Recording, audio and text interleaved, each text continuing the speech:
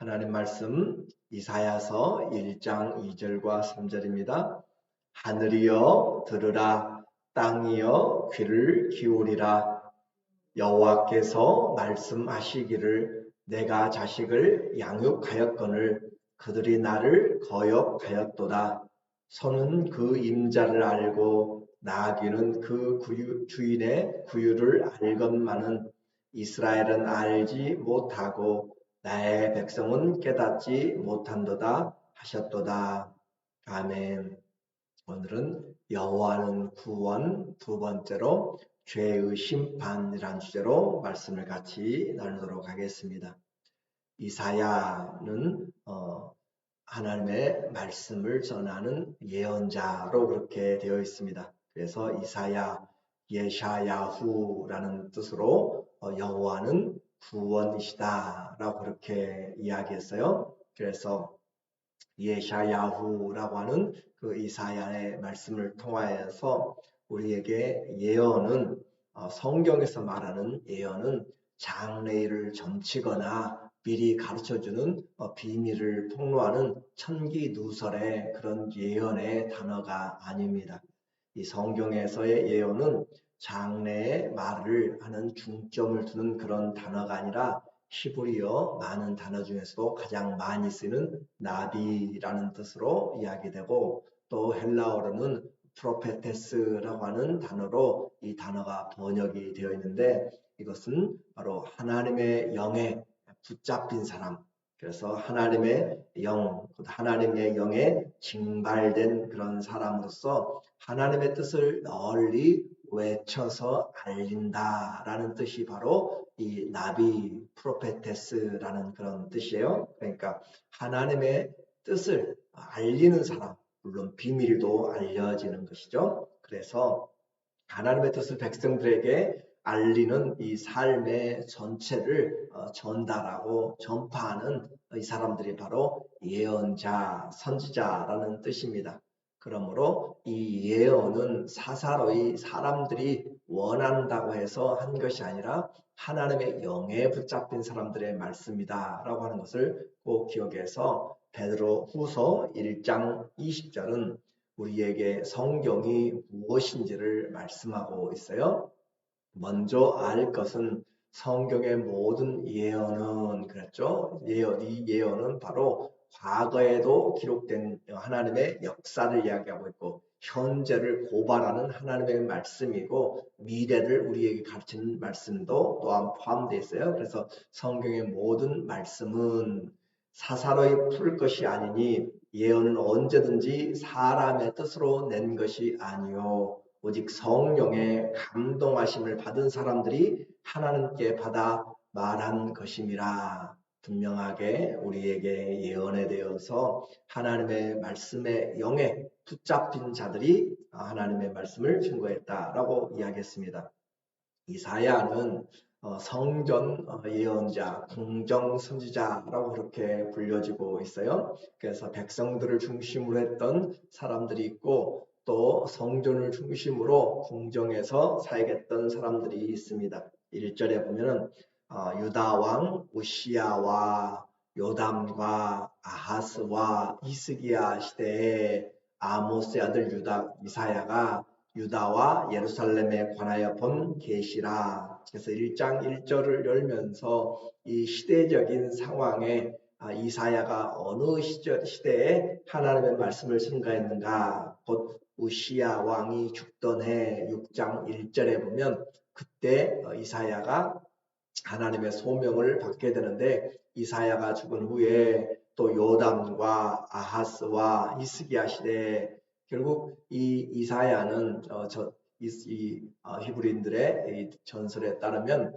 이사야는 므낫세 히스기야의 아들 므낫세 패역한 그런 우상 숭배자 므낫세 시대에 톱으로 켜서 죽임을 당했다라고 그렇게 이야기가 되고 있어요. 그래서 이사야는 거의 60년이 넘는 긴 시간 동안 하나님의 말씀을 대언하였던 정말 예언의 최고봉으로 그렇게 또 가장 많은 히브리어 단어들을 사용하여서 2000단어 이상을 사용하여서 기록한 이 선지서로 대예언서, 그래서 많은 분량의 예언서의 첫 번째가 해당되는 이사야의 내용입니다. 많은 그 예언서들이 시차적으로, 시간적으로, 사건적으로 기록되지 않고 하나님의 뜻에 따라서 배열이 되어 있어요. 그래서 이사야서도 이 1장부터 시간적으로 되어진 것이 아니고 이사야가 소명받은 것은 6장 1절부터 9장 사이에 이사야가 소명을 받게 되는데, 그리고 그것이 초기이고 이 1장부터 5장까지는 중기에 해당됩니다. 그래서 이 성경이 순서적으로 기록되어 있는 것이 아니고 가운데 섞여 있는 사건에 따라서 또 중요도에 따라서 섞여져 있는 것들이 예언은 예언대로 나라들이 함께 묶어져 있기 때문에 시차적인 것이 아니다라고 하는 것을, 요한계시록도 마찬가지예요. 시간적으로 되어진 것이 아니기 때문에 우리가 이해하는데 본문의 배경들을 잘 살필 필요가 있는 것이에요.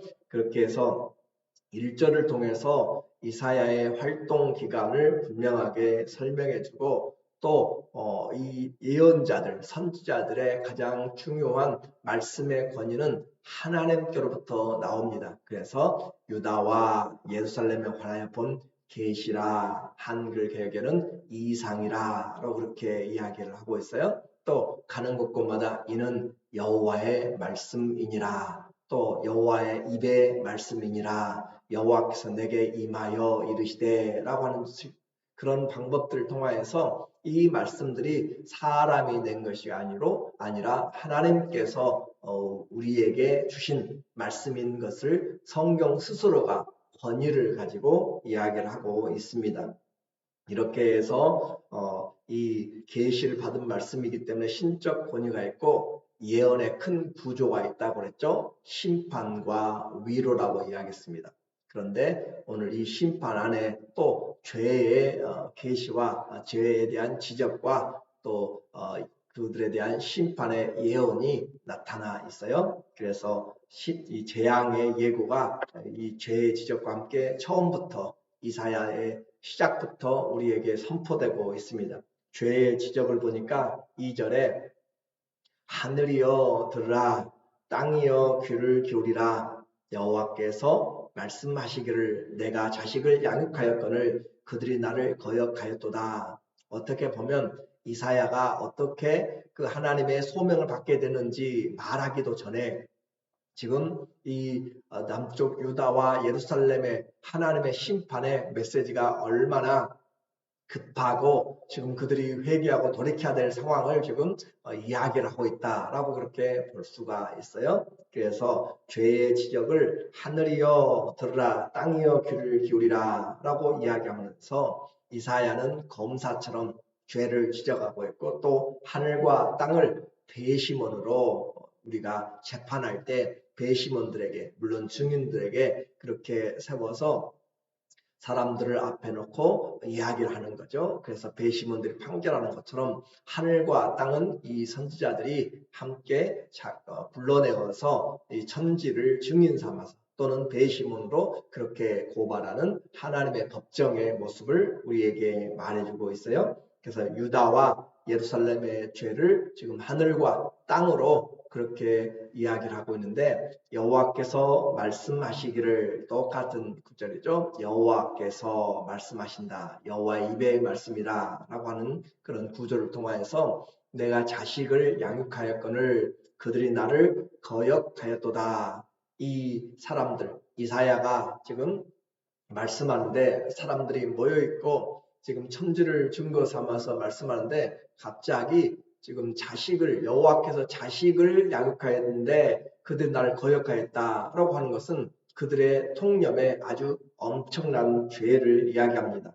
그래서 신명기 21장 18절부터 21절에 보면 이 부모를 거역하거나 때리거나 모욕하거나 그런 사람들은 이 부모가 장로들에게 가서 자녀를 고발할 것이고, 그래 고치지 아니하면 그들을 돌로 쳐서 죽이라 라고 하는, 이 중동의 뿐만 아니라 고대 사회에서 부모의 권위 또 가부장의 권위는 아주 중요한 것이었습니다. 그것이 무너지면 모두가 무너지기 때문에 그랬어요. 그래서 이 가정에서 사람들의 불순종이 엄청나게 큰 죄인데 지금 하나님이 그것을 지금 고발하고 있는 것이에요.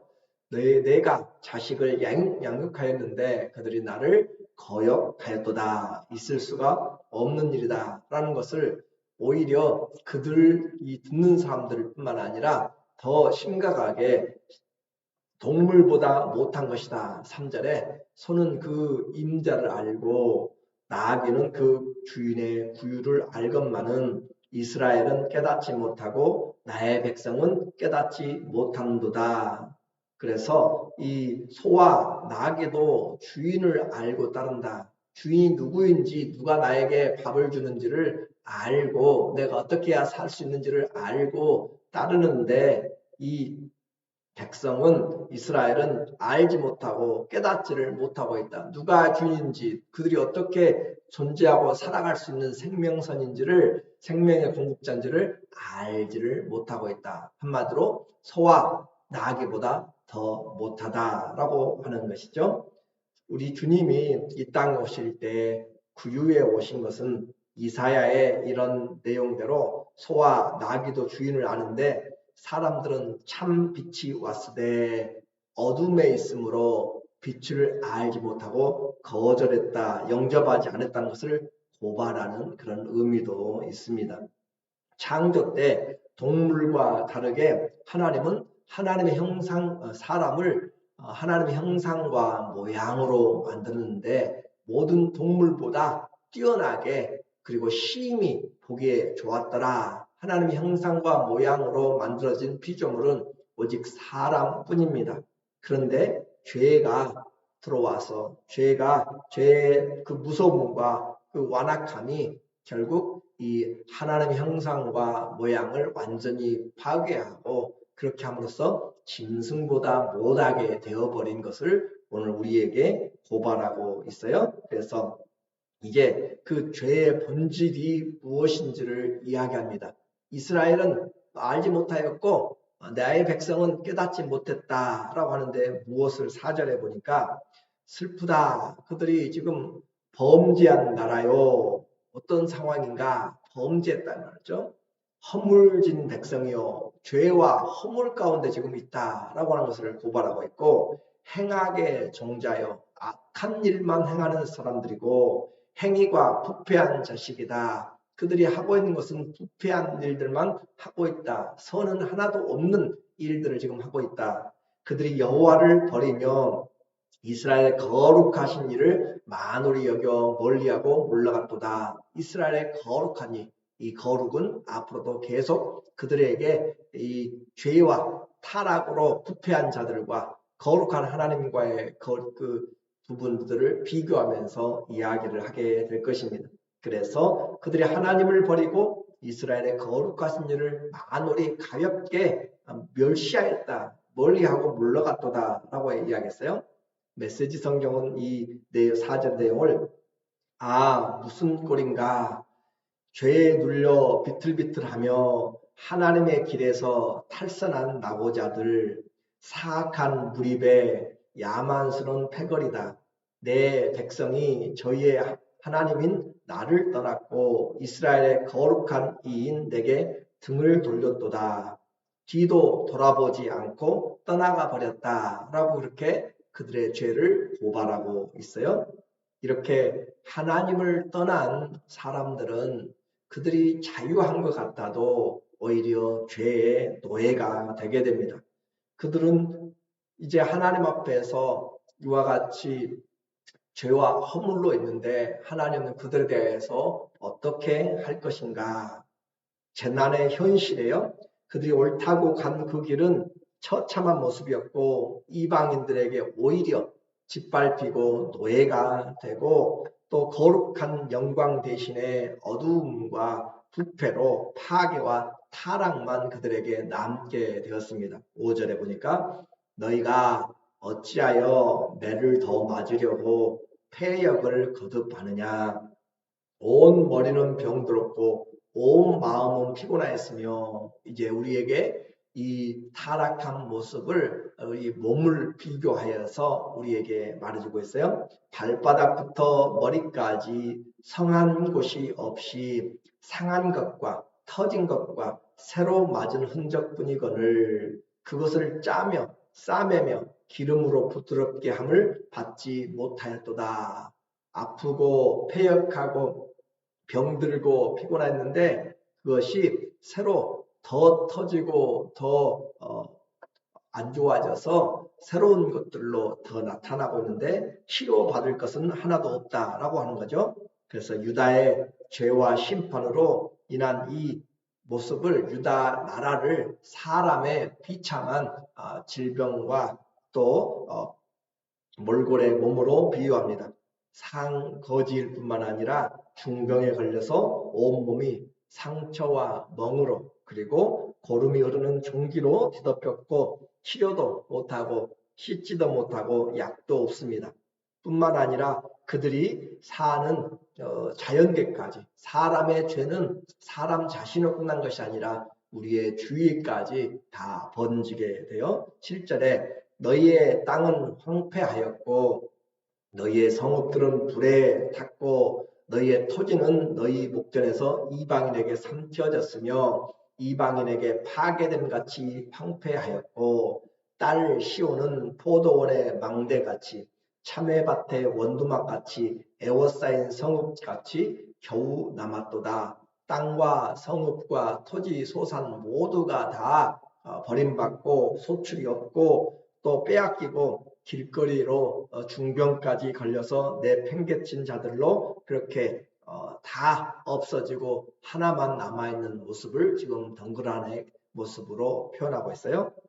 그러나 이와 같이 심판이 있어도 하나님 앞에 이 예언서의 특징이 심판과 위로라고 이야기했죠. 그래서 이 심판 중에 여전히 소망이 있다라고 하는 것을 우리에게 이사야는 전하고 싶어요. 9절에 만군의 여호와께서 우리를 위하여 생존자를 조금 남겨두지 아니하셨다면 우리가 소돔 같고 고모라 같았으려다. 지금 이스라엘 유다가 당하고 있는 그 모습을 정말 처참한데 하나님이 그래도 지금 남겨놓았다라고 하는 거죠. 심판 중에도 긍휼을 잃지 않으시는 하나님이 그루터기를 남긴 것 같이 그들을 조금 남겨두셔서 소망을 주셨습니다. 그들은 기억하고 있어요. 배웠어요. 소돔과 고모라 땅을 그들은 밟고 있는 것입니다. 그래서 그 하늘에서의 불로 심판으로 그들이 유황불로 완전히 잿더미가 되고 다 뒤집어져 버린 그곳, 지금도 가도 유황 냄새가 나는 그 소돔과 고모라의 그 비참함을 그들은 알고 있는 것이죠. 소망이 우리에게 되는 것은 다른 것이 없습니다. 그 심판이 아니라 심판 중에라도 아무리 어렵더라도 하나님의 말씀 앞에 서는 것, 말씀으로 돌아오는 것, 그것이 소망의 시작입니다. 10절에 보니까 너희 소돔의 관원들아 여호와의 말씀을 들을지어다. 너희 고모라의 백성아 우리 하나님의 법에 귀를 기울일지어다. 오히려 망해버린 그 나라의 관원들을 백성들을 불러내면서 지금 하나님의 말씀을 가지고 그들이 들었더라면 그 말을 지금 역설적으로 이야기하고 있는 것이에요. 우리 하나님의 법에 귀를 기울일지어다. 지금 누구한테 들으라는 것이죠? 이스라엘 사람들에게 지금 들으라라고 그렇게 말씀하고 있어요. 그 말은 지금이 곧 구원의 날이요. 지금이 곧 은혜 받을 만한 때요. 심판이 지금 왔다고 심판의 모든 것이 무너지고 소출이 없고 병들고 아프고 그렇게 놓여져 있다고 포기하지 말고 그 원인이 너희가 허물과 죄로 인하여서 하나님을 버리고 주인이신 하나님을 알지 못한 짐승보다 못한 그런 너희의 모습이기 때문에 하나님께 돌아오면 주님이 소망을 주시리라 라고 하는 것이에요. 오늘 우리에게 우리의 삶의 모습에서 다시 하나님께 돌아오고 주님이 우리의 인생의 주권자가 되시고 모든 것에 주님이 행하시는 그 주와 그리스도와 하나님과 왕이 됨을 다시 우리는 회복하면서 그 무엇보다 주의 말씀 듣기를 사모하며 주님 말씀하옵소서 그 말씀이 영과 생명이 되므로 구원의 은혜가 매일 우리의 삶에서 드러나는 귀한 믿음의 삶으로 살아가시기를 예수님의 이름으로 간절히 축원합니다. 아멘. 기도하겠습니다.